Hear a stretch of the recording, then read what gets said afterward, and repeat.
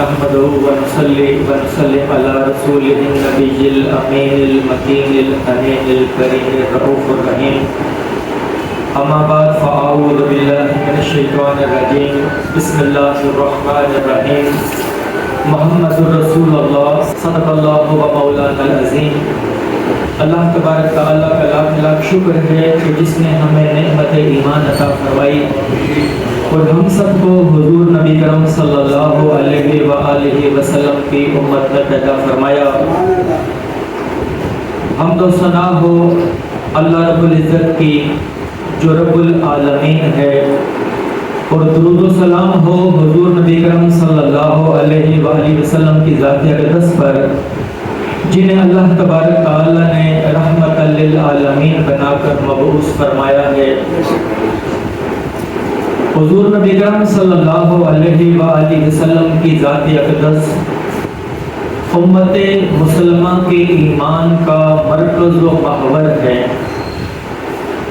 اور امت کی بقا، سلامتی اور ترقی کا راز بھی اس بات پہ منحصر ہے کہ امت مسلمہ حضور نبی کرم صلی اللہ علیہ وآلہ وسلم کی ذات اقدس کو اپنی محبتوں کا، عقیدتوں کا اور تمناؤں کا مرکز و محور جانے آقا علیہ السلام کی ذات کو.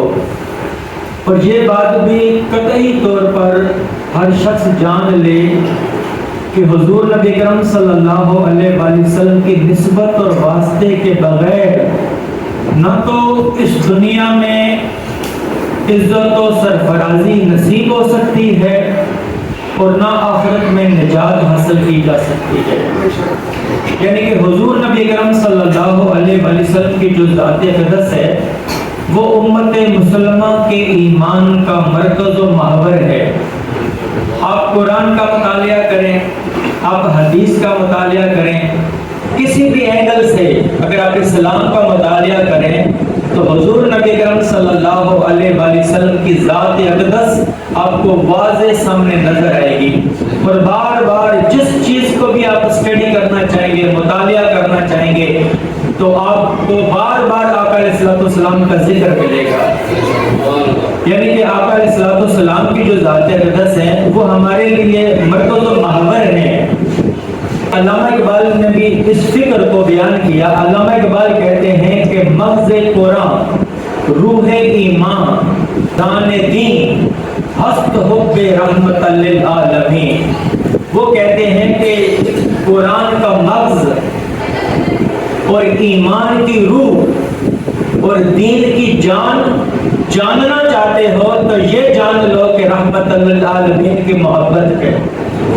حضور نبی اکرم صلی اللہ علیہ وسلم کی جو محبت ہے، جو قرآن کا مغز ہے، یہ ایمان کی روح ہے اور ہمارے دین کی جان ہے. یہ آقا علیہ السلام کی ذات ہے جن کے لیے علامہ اقبال کہتے ہیں کہ نہ ہو یہ پھول کا بلبل کا ترنم بھی نہ ہو، چمن دہر میں کلیوں کا تبسم بھی نہ ہو، یہ نہ ساقی ہو تو پھر میں بھی نہ ہو، تم بھی نہ ہو، بزم توحید کی دنیا میں نہ ہو، تم بھی نہ ہو. اور پھر علامہ اقبال یہ بھی کہتے ہیں کہ کی محمد سے وفا تو نے تو ہم تیرے ہیں. اللہ پاک فرما رہے ہیں کہ کی محمد سے وفا تو نے تو ہم تیرے ہیں. یہ جہاں چیز ہے کیا لوح قلم تیرے ہیں.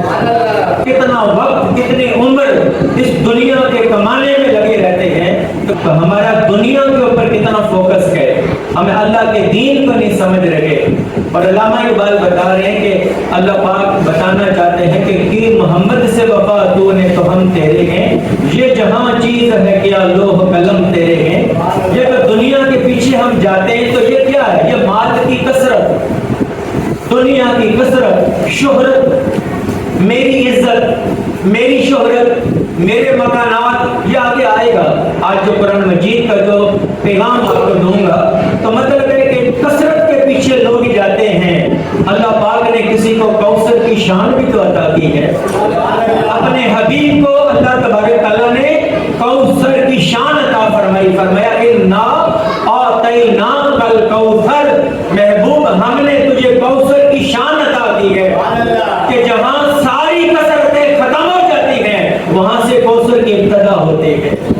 یعنی کہ تم کثرت کے پیچھے جاتے ہو، کوثر کے پیچھے نہیں جاتے.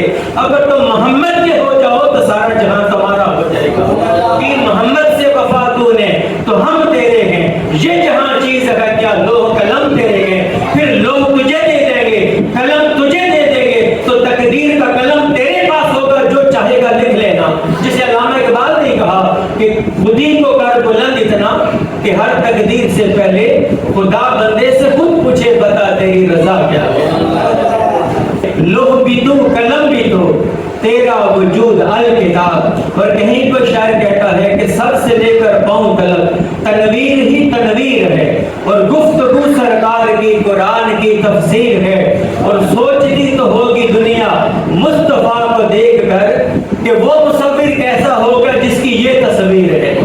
اب دیکھیں 14 صدیوں پہلے جو آمنہ کے لال پر جس کی نگاہ پڑتی ہوگی تو وہ سوچتا ہوگا کہ وہ مصور کیسا ہوگا جس کی یہ تصویر ہے. کیونکہ اللہ تبارک تعالیٰ نے کوئی عیب رکھا ہی نہیں. حضرت حسان بن ثابت ایک تو کہتے ہیں، وہ فرماتے ہیں احسن منک لم ترقت عینی، میری آنکھ نے آج تک آپ جیسا شخص نہیں دیکھا.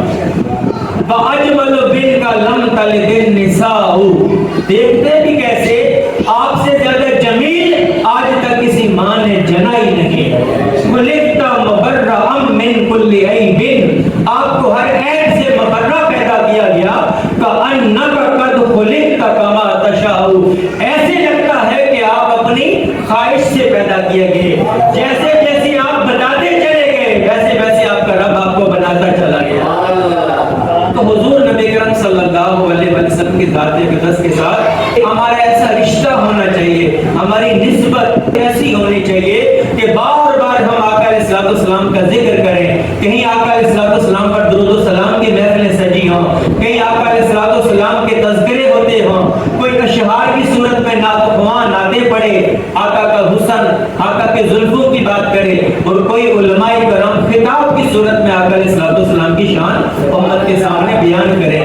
یہ بہت بڑی سازش ہے کہ امت مسلمہ کے سینوں سے عشق رسول کو نکالا جا رہا ہے، جس کا ذکر بھی علامہ اقبال نے کہا کہ یہ فاقہ کش جو موت سے ڈرتا نہیں، ذرا روح محمد ان کے بدن سے نکال دو. اور فکر عرب کو دے کے فرنگی تخیلات اسلام کو حجاز و یمن سے نکال دو. غیر مسلم یہ چاہتے ہیں کہ یہ فاقہ کش یہ پیٹ پہ پتھر باندھ لیتا ہے، یہ بھوکا ہو پیاسا ہو کوئی مسئلہ نہیں، یہ آقا علیہ الصلوۃ والسلام کی محبت کی خاطر اپنی جانوں کو قربان کر دیتا ہے. اگر امت مسلمہ کو شکست دینی ہے تو عشق رسول کا جذبہ ان کے سینوں سے نکال دیں. تو یہ سازش ہے نا. تو اب ہماری ذمہ داری کیا بنتی ہے کہ وہ جو محبت رسول ہے، ادب رسول ہے، عشق رسول ہے، نصرت رسول ہے، اور اطاعت رسول ہے، اتباع رسول ہے، تعظیم و توقیر رسول ہے، یہ جو بجھتی شمع ہے آج ہم پھر اس کو چراغ کی مانند لوگوں کے سامنے جلا دیں اور لوگوں کے سینوں کے اندر عشق رسول کی شمع روشن کریں. یہ ہماری ذمہ داری ہے. اب کوئی کہے کہ یہ جو آپ نے ابتدائی بات کی ہے اب یہ کہاں سے آئی ہے؟ سورہ توبہ کی آیت نمبر 24 اللہ تبارک تعالیٰ فرماتے ہیں میرے محبوب قل ان کان آباؤکم وابناؤکم واخوانکم وازواجکم وعشیرتکم واموال اقترفتموها وتجارت تخشون کسادها ومساکن ترضونها احب الیکم من اللہ ورسولہ وجہاد فی سبیلہ فتربصوا حتی یأتی اللہ بامرہ واللہ لا یہدی القوم الفاسقین. اللہ تبارک تعالیٰ فرماتے ہیں میرے محبوب آپ اپنی امت کو بتا دیں، کل آپ فرما دیں ان کان آباؤکم، اگر تمہارے باپ یعنی باپ دادا، وابناؤکم اور تمہارے بیٹے یعنی بیٹے اور بیٹیاں، واخوانکم اور تمہارے بھائی یعنی بھائی اور بہنیں، وازواجکم اور تمہاری بیویاں، وعشیرتکم اور تمہارے رشتہ دار، واموال اقترفتموها اور وہ مال جو تم کماتے ہو، وتجارت تخشون کسادها اور وہ تجارت جس کے نقصان کا تمہیں ہمیشہ ڈر لگا رہتا ہے، ومساکن ترضونها اور وہ مکانات جنہیں تم پسند کرتے ہو، یہ 8 بندھن بیان کیے، بندھن جن کے ساتھ انسان بندھا ہوا ہے۔ 8 چیزیں کیا میں نے بیان کی؟ باپ دادا کی محبت، بیٹے بیٹیوں کی محبت، بھائی بہنوں کی محبت، بیویوں کی محبت، رشتہ داروں کی محبت، مال کی محبت، تجارت کی محبت اور مکانات کی محبت۔ یہ 8 محبتیں بنائی اور پھر فرمایا احب الیکم من اللہ ورسولہ وجہاد فی سبیلہ۔ اگر وہ 8 محبتیں اللہ کی محبت سے، رسول کی محبت سے اور اللہ کے دین کے لیے جہاد کیا جاتا ہے اللہ کے راستے میں، اگر ان 3 چیزوں سے وہ 8 محبتیں بڑھ گئیں، فتربصوا حتی یاتی اللہ بامرہ، پھر انتظار کرو اللہ کا حکم عذاب آنے کا۔ واللہ لا یہدی القوم الفاسقین، اللہ پاک نافرمان قوم کو ہدایت عطا نہیں فرماتا۔ تو باری تعالیٰ نافرمانی کہاں سے آ گئی؟ فرمایا یہی تو نافرمانی ہے کہ وہ دنیا کی محبتیں تمہاری اتنی ہو گئی کہ اللہ کی محبت سے بڑھ گئی، رسول کی محبت سے بڑھ گئی، اور دین کے لیے جد و جہد کرنا، جہاد بالعلم کرنا، جہاد بالنفس۔ ایک ہوتا ہے جہاد بالنفس، ایک ہے جہاد بالعلم، ایک ہے جہاد بالمال، ایک ہے جہاد بالسیف۔ مختلف صورتیں ہوتی ہیں اللہ کے دین کے لیے محنت کرنا، جد و جہد کرنا۔ اب مثال کے طور پر یہ جو معاشرہ ہے ہمارا، یہاں گمراہی ہے، جہاں گمراہی ہوتی ہے وہاں علم کی شمع روشن کرنی پڑتی ہے، وہاں مراکز علم قائم کرنا ہوتے ہیں۔ وہاں جیسے یہ مراکز علم ہے، یہ تصوف کا بھی مرکز ہے، علم کا بھی مرکز ہے، تو جہاں معاشرے میں گمراہیاں ہو وہاں آپ علم کے چراغ جلائیں، اور جہاں لوگ بے دست و پا ہوں وہاں تم مال کے ساتھ جہاد کرو، اور جہاں انسان کا اپنا تکبر ہوتا ہے، انسان کا لالچ ہوتا ہے، انسان غیبت کرتا ہے، انسان کے اندر جو عیب ہوتے ہیں، نفس امارہ کے رذائل ہوتے ہیں، تو انسان اپنے نفس کے اندر نفس امارہ کے رذائل ختم کرنے کے لیے جہاد بالنفس کرتا ہے۔ قد افلح من زکاہا، جس نے اس کے رذائل کو، اپنے نفس کو پاک کر لیا وہ کامیاب ہو گیا۔ پھر جب دشمن حملہ کر دیتا ہے تو پھر آپ مجاہد بن کر اس دشمن کو نیست و نابود کر دو، تو پھر جہاد میں سیف کرنا پڑتا ہے۔ اب ایک چیز دیکھیں، جو 8 محبتیں میں نے بیان کی ہیں، وہ جو 8 محبتیں، باپ دادا کی محبت ہے، بیٹوں کی محبت، اولاد کی محبت ہے۔ اب یہ تو فطرتی چیز ہے، اللہ تعالیٰ نے انسان کی فطرت میں رکھا ہے، نیچر ہے۔ ماں باپ اولاد سے محبت کرتے ہیں اور اولاد ماں باپ سے محبت کرتی ہے۔ انسان اپنے رشتہ داروں سے محبت کرتا ہے، میاں بیوی سے، بیوی میاں سے محبت کرتی ہے، اور پھر مال سے بھی محبت ہو جاتی ہے، کاروبار بزنس سے بھی محبت ہوتی ہے، مکانوں کی محبت۔ یہ ہے تو نیچر ہے، فطرت ہے نا ہماری، تو انسان فطری طور پر محبت کرتا ہے۔ تو اسلام بھی دین فطرت ہے۔ تو پھر باری تعالیٰ یہ کیا بات سمجھ نہیں آئی، لیکن اللہ پاک بتانا چاہتے ہیں میں نے یہ نہیں کہا کہ ماں باپ سے محبت نہ کرو، یا اولاد سے محبت نہ کرو، یا رشتہ داروں سے محبت نہ کرو، یا اپنی میاں بیوی کی محبت آپس میں نہ ہو، یا مال کی محبت نہ ہو۔ اللہ پاک بتانا چاہتے ہیں کہ لوگوں، اگر یہ ساری 8 محبتیں اگر اللہ کی محبت سے، رسول کی محبت سے اور دین کے لیے جہاد کی محبت سے بڑھ جائیں گی تو پھر حکم عذاب نازل ہوگا۔ ایک اللہ تبارک تعالیٰ نے حد رکھی ہے، ہر چیز کی حد ہوتی ہے نا۔ جیسے حضور نبی کرم صلی اللہ علیہ وسلم نے فرمایا لا یؤمن احدکم حتی اکون احب الیہ من والدہ وولدہ والناس اجمعین۔ یہ متفق علیہ بخاری اور مسلم میں حدیث ہے۔ حضور نبی کرم صلی اللہ علیہ وسلم نے فرمایا تم میں سے کوئی بھی شخص اس وقت تک مومن نہیں ہو سکتا جب تک اسے میں اس کے ماں باپ سے بڑھ کر، اولاد سے بڑھ کر اور سب لوگوں سے بڑھ کر میں زیادہ عزیز نہ ہو جاؤں، اس وقت تک وہ مومن نہیں ہو سکتا، وہ ایمان والا نہیں ہو سکتا۔ تو مطلب ہے کہ اللہ کی محبت، رسول کی محبت تقاضا کرتی ہے کہ وہ محبتیں سب سے زیادہ ہوں۔ ہماری ترجیحات بدل گئی ہیں۔ صوفیاء کرام کا رول کیا ہوتا ہے؟ صوفیاء کرام انسان کو پکڑ کر اس کی ترجیحات کو بدل دیتے ہیں۔ ہماری ترجیحات میں دنیا ہے، ہم مارے دنیا کے پیچھے جاتے ہیں، اور دین تعلیم کیا ہے؟ اپنی ترجیحات کو بدل لو۔ بعض لوگ کہتے ہیں ہم جب پروگرامات کرتے ہیں نا، شاہ صاحب سے بھی ملاقات ہوگی، سید ظہور حسین شاہ صاحب سے جب کسی سے ملاقات ہوگی اور وہ بندہ ان کے سامنے آئے گا تو شاہ صاحب پوچھیں گے یا وہ خود بتائے گا، وہ کہے گا میں فلاں کام میں پھنسا ہوا تھا اس لیے میں محفل میں آ نہیں سکا۔ اب یہاں دیکھ لیں، وہ کہے گا میں فلاں کام کر رہا تھا میں اس لیے یہاں نہیں آ سکا، ٹائم نہیں ہے، ٹائم ہی نہیں ہے، بس یہ کام میں پھنسا ہوا تھا میں آ نہیں سکا۔ تو مسئلہ ٹائم کا نہیں ہے، آج ٹائم مینجمنٹ ایک سبجیکٹ ہے، پڑھایا جاتا ہے، وہ اپنے خود مینیج کرنا ہے۔ اپنے سونے سے پہلے جو آپ جاگ رہے ہیں اپنا شیڈول بنائیں، تو اس سے کہیں کہ مسئلہ یہ نہیں کہ آپ اس کام میں تھے اس میں نہیں آ سکے، نہیں، یہ محفل میں آنا تمہاری ترجیحات میں نہیں تھا۔ تم نے اس لسٹ میں آج کون سا دن ہے؟ آج جمعرات ہے نا، تو جمعرات کے جو تم نے دن کا شیڈول بنایا تھا نا، اس کے اندر اس محفل کے اندر آنا تم نے اپنے شیڈول کا حصہ ہی نہیں بنایا تھا، یہ تمہاری ترجیحات نہیں تھی۔ اگر تمہاری ترجیحات یہ ہوتی تو پھر محفل پہلے ہو جاتی۔ حضرت عمر فاروق رضی اللہ تعالیٰ عنہ اور حضرت علی رضی اللہ تعالیٰ عنہ جب حضرت اویس کرنی رحمۃ اللہ علیہ سے ملاقات کرنے گئے تو راستے میں کیا ماجرا دیکھا تھا کہ بیڑیا بکریوں کی حفاظت کے لیے بیٹھا ہوا ہے، مال مویشی ہے تو بیڑیا حفاظت کا بات ہے۔ جب پہنچے عمر فاروق رضی اللہ تعالیٰ عنہ حضرت علی کرم اللہ وجہہ، تو جب حضرت اویس کرنی رحمۃ اللہ علیہ نے حال احوال پوچھا تو وہ کہتے ہیں کہ حال و احوال تو بعد میں بتائیں گے، پہلے بتائیں وہ ماجرا کیا ہے کہ مال مویشی کی حفاظت کے لیے بیڑیا بیٹھا ہوا ہے۔ انہوں نے کہا کہ ہم نے بس صوفی تھے نا، اپنی ترجیحات کو بدل لیا ہے، ہم اللہ کے کام میں لگ گئے، اللہ ہمارے کام میں لگ گیا۔ یہ ویسے کرنی ہے، میں نے ویسے نہیں کہہ دیا تھا کہ صوفیہ کرام بندوں کی ترجیحات کو بدلتے ہیں۔ صوفیہ کی مجلس میں آنے سے ملتا کیا ہے؟ علم ملتا ہے، وہ آپ کی ترجیحات کو بدلتے ہیں۔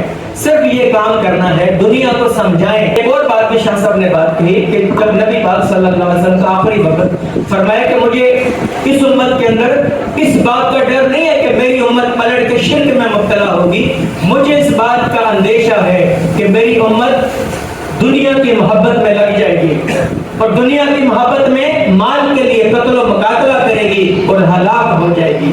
اب اس سے بڑھ کر اور کیا ہوگا؟ اور پھر حضور نبی اکرم صلی اللہ علیہ وسلم کا فرمان اقدس ہے کہ سب سے بہترین مقامات مساجد ہیں اور سب سے برے مقامات بازار ہیں۔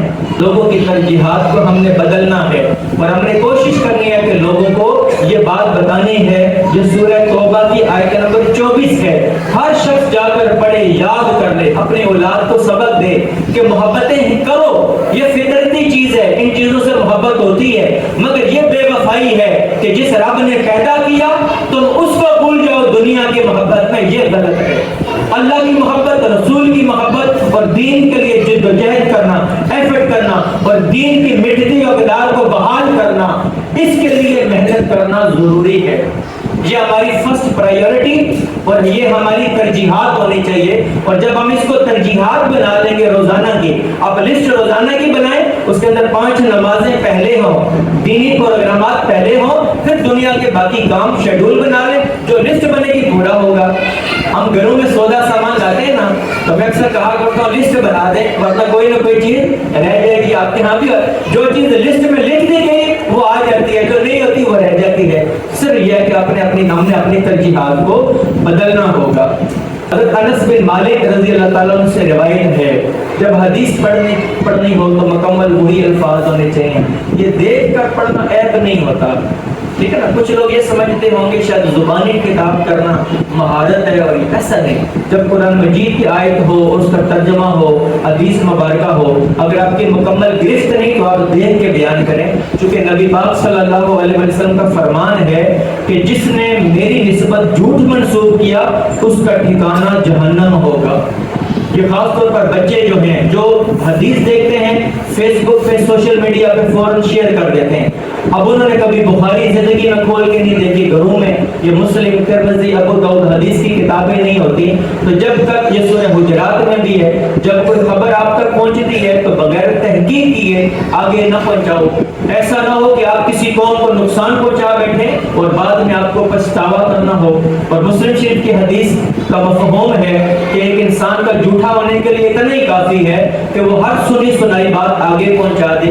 تو اس لیے ریسرچ تحقیق کے بغیر کوئی بھی چیز آگے نہ پہنچایا کریں. تو یہ جو حدیث میں پڑھنے لگا ہوں، یہ حدیث جو آپ کے سامنے میں بیان کرنے لگا ہوں، اسے امام ابو نعیم نے حلیۃ الاولیاء میں بیان کیا، امام ابن جوزی نے صفوۃ الصفوہ میں بیان کیا. حضرت انس بن مالک رضی اللہ تعالیٰ عنہ سے روایت ہے، انہوں نے فرمایا کہ وقت ہجرت جب غار میں پناہ لینے کی رات تھی تو حضرت ابو بکر صدیق رضی اللہ تعالیٰ عنہ نے عرض کیا، یا رسول اللہ، مجھے اجازت عنایت فرمائے کہ میں آپ صلی اللہ علیہ وآلہ وسلم سے پہلے غار میں داخل ہوں، تاکہ اگر کوئی سانپ یا کوئی اور چیز ہو تو وہ آپ کی بجائے مجھے تکلیف پہنچائے. تو آپ صلی اللہ علیہ وآلہ وسلم نے فرمایا، جائیں، آپ داخل ہو جاؤ. تو حضرت ابو بکر صدیق رضی اللہ تعالیٰ عنہ داخل ہوئے اور اپنے ہاتھ سے ساری جگہ کی تلاشی لینے لگے. جب بھی کوئی سوراخ دیکھتے تو اپنا لباس کو پھاڑ کر سوراخ کو بند کر دیتے، یہاں تک کہ اپنا تمام لباس کے ساتھ یہی کچھ کیا. راوی کہتے ہیں پھر ایک سوراخ بچ گیا تو انہوں نے اپنی ایڑی کو اس سوراخ پر رکھ دیا اور پھر حضور نبی کرم صلی اللہ علیہ وسلم سے اندر تشریف لانے کے لیے گزارش کی. جب صبح ہوئی تو حضور نبی کرم صلی اللہ علیہ وسلم نے حضرت ابو بکر صدیق رضی اللہ تعالیٰ عنہ سے کہا، اے ابو بکر، تمہارا لباس کہاں ہے؟ تو انہوں نے جو کچھ کیا تھا اس کے بارے میں بتا دیا. تو رسول اللہ صلی اللہ علیہ وسلم نے اپنے دونوں ہاتھ اٹھائے اور دعا کی، اے اللہ، ابو بکر کو قیامت کے دن میرے ساتھ میرے درجہ پر رکھنا. جنت میں جو مقام ہمارے نبی کا ہوگا وہ مقام اللہ پاک نے ابو بکر صدیق رضی اللہ تعالیٰ عنہ کو دیا. اللہ تعالیٰ نے آپ صلی اللہ علیہ وسلم کی طرف وحی فرمائی کہ اس نے آپ صلی اللہ علیہ وسلم کی دعا کو قبول فرما لیا. اب دیکھیں اس حدیث مبارکہ سے کیا بات پتہ چلی کہ جب تک محبت نہ ہو بھلا کوئی ایسے کام کرتا ہے کہ سارے سوراخوں کو اپنے لباس کو پھاڑ کر سوراخ کو بند کر دیا.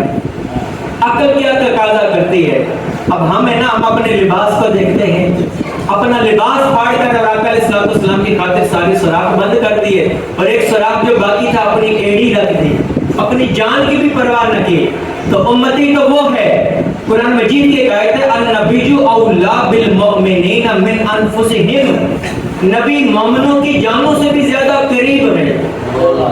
نبی مطلب ہے کہ امتی کو اگر کوئی نقصان پہنچتا ہے، ہم دنیا کے پیچھے جا رہے ہیں اور ہمیں گمراہیاں، دنیا اور نفس ہمیں ہلاکت کی طرف لے کے جا رہا ہے، اور نبی اپنی امت کو پکڑ کے اس کو جنت کے راستے پر لگا رہے ہیں. تو نبی امت کے لیے کتنا خیر خواہ ہوتا ہے، کتنا بھلائی کا پیکر ہوتا ہے امت کے لیے. تو جب امتی کے لیے نبی کی یہ شان ہے تو نبی جب ہمارے لیے اتنی قربانی دے رہے تو امتی کا بھی حق ہے نا کہ اپنی جان کو بھی نبی کی خاطر قربان کر دے. اس لیے پھر نبی کی دعا پھر قبول بھی ہوئی. اب ایک اور حدیث ہے، یہ حدیث ہے ابن سعد نے طبقات الکبریٰ میں بیان کیا، امام ابن حشام نے سیرت النبویہ میں، امام ابن جریر طبری نے تاریخ الامم والملوک میں، امام ابن کثیر نے البدایہ والنہایہ میں، کثرت کے ساتھ محدثین نے بیان کیا.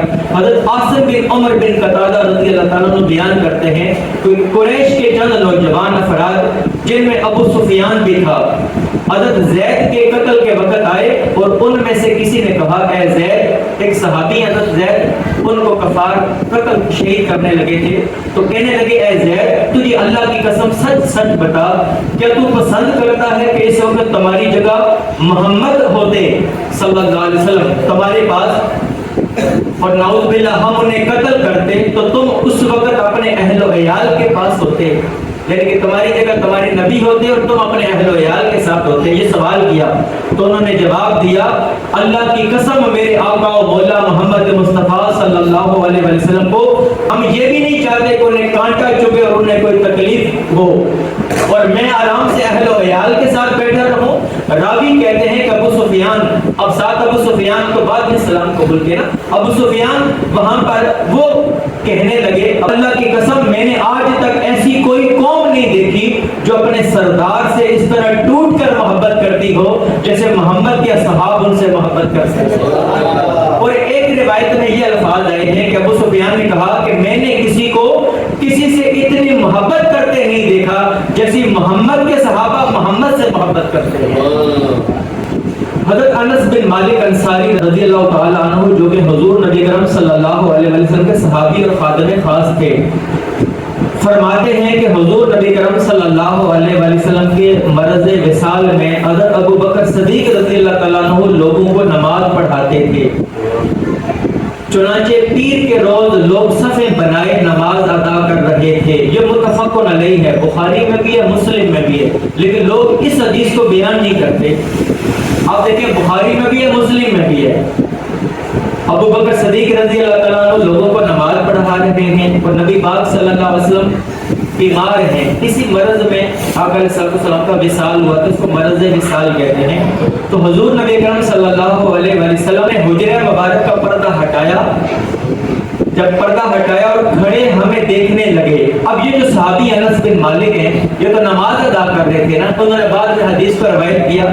وہ کہتے ہیں کہ نبی پاک صلی اللہ علیہ وسلم نے پردہ ہٹایا اور کھڑے ہمیں دیکھنے لگے۔ اس وقت نبی پاک صلی اللہ علیہ وسلم کا چہرہ انور قرآن کے ورق کی طرح معلوم ہوتا تھا۔ اب جب نمازی نماز پڑھ رہا ہوتا ہے تو اس کا چہرہ کدھر ہوتا ہے؟